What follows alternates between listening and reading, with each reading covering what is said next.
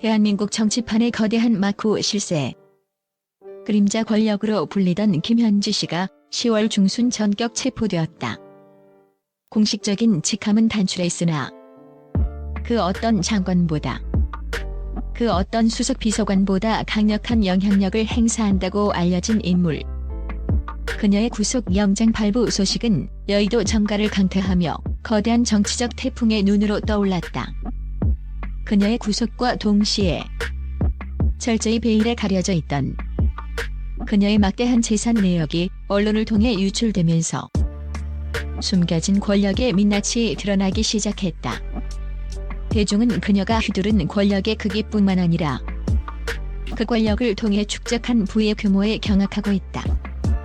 그림자 권력의 몰락 충격에 체포 김현지 씨는 공식 직함 이상의 영향력을 행사하며 현 정권에 보이지 않는 손으로 불려왔다. 그녀의 전화 한 통이면 장관의 의중이 바뀌고 그녀의 눈짓 하나에 주요 기관의 인사가 결정된다는 소문이 파다했다. 그러나 그 무소불위의 권력에 검찰의 칼날이 파고들었다. 검찰은 지난 10월 10일 이른 아침부터 그녀의 자택과 사무실을 전격 압수수색한 데 이어 그녀를 정치자금법 위반, 직권남용, 그리고 외부 기부금의 불법적 관리 및 인사 개입 혐의로 긴급 체포했다. 검찰에 따르면 그녀는 마쿠에서 자신과 가까운 인사들을 요직에 앉히고 정권의 비판적인 인사들을 솎아내는 방식으로 인사를 주물렀다. 또한 기업들로부터 받은 정체불명의 자금을 관리하며 사실상의 상황 노릇을 해온 것으로 알려졌다. 그녀의 체포는 단순한 개인 비리를 넘어 공정과 상식을 내세웠던 현 정권의 도덕성에 회복 불가능한 치명타를 안겼다. 이는 단순한 신호탄이 아니라 정치권 전체의 지각 변동을 예고하는 거대한 지진의 시작이었다. 수면 위로 떠오른 29억의 실체 김현지 씨의 구속 직후 더욱 충격적인 사실이 밝혀졌다. 누가 어떤 의도로 유출했는지 알 수 없는 그녀와 그녀의 가족이 보유한 상세한 자산 내역이 언론에 공개되며 파문이 걷잡을 수 없이 확산된 것이다. 지금까지 알려진 바에 따르면 그녀의 총자산은 최소 22억 원에서 최대 29억 5천만 원에 이르는 것으로 추정된다. 이는 그녀가 공직자로서 신고한 공식 내역의 서너 배를 훌쩍 뛰어넘는 규모로 그 차액의 출처에 대한 의혹이 본물처럼 터져나오고 있다. 언론을 통해 공개된 그녀의 자산은 치밀하게 설계된 부의 성체 그 자체였다. 교묘한 부동산 그녀의 자산 중 가장 큰 비중을 차지하는 것은 단연 부동산이다. 현재 거주 중인 서울 서초구의 고급 주상복합 아파트는 신흥부의 상징으로 남편과 공동 명의로 되어 있으며 그 가치만 10억 원을 훌쩍 넘는다. 하지만 검찰의 시선이 향하는 곳은 따로 있다. 바로 차명 보유가 강력히 의심되는 성남시의 단독주택이다.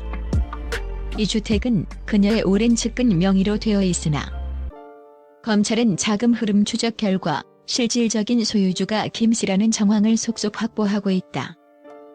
검찰은 이 부동산이 그녀의 불법 정치 자금, 즉 비자금으로 매입되었을 가능성에 주목하고 있으며 이는 그녀의 혐의를 입증할 스모킹 건이 될 수 있다.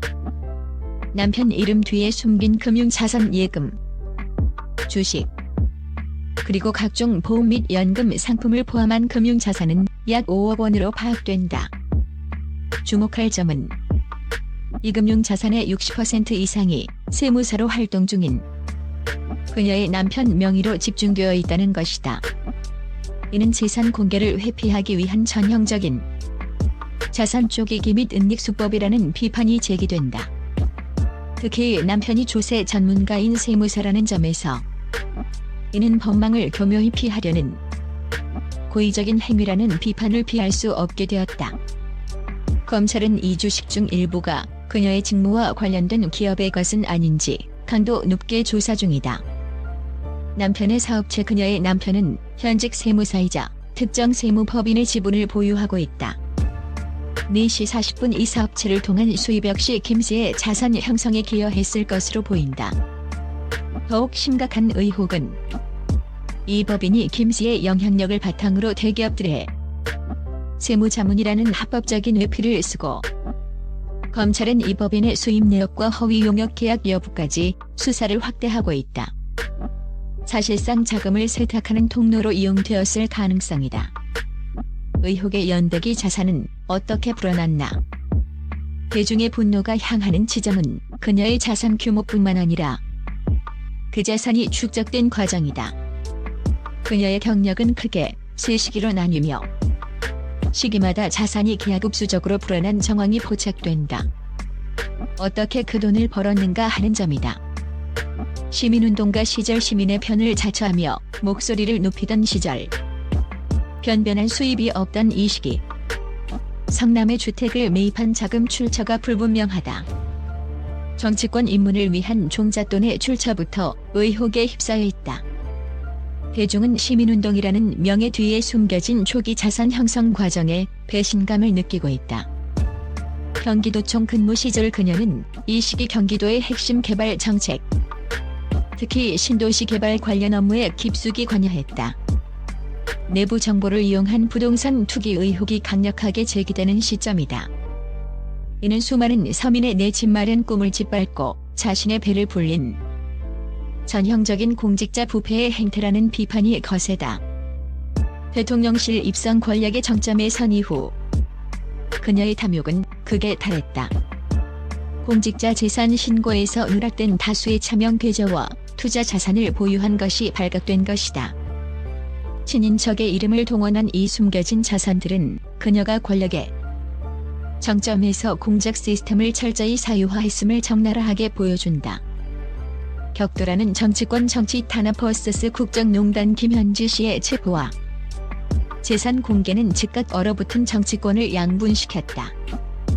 여당은 명백한 야당의 정치 공세이자 기획수사라며 격렬하게 반발하고 있다. 이는 정권을 흔들기 위한 마녀사냥이며 김씨 개인의 비리 의혹을 정권 전체에 흠집내기로 몰고 가려는 정치 탄압이라는 것이 여당의 주장이다. 일부 강경파는 야당의 스캔들을 덮기 위한 물타기용 참수 작전이라며 역공을 펴고 있다.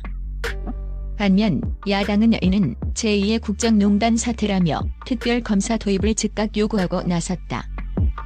야당은 이것이 단순한 개인 비리가 아닌 대통령실 내부의 성남 라인을 중심으로 한 체계적인 부패, 카르텔의 증거라며 공세의 수위를 최고로 높이고 있다.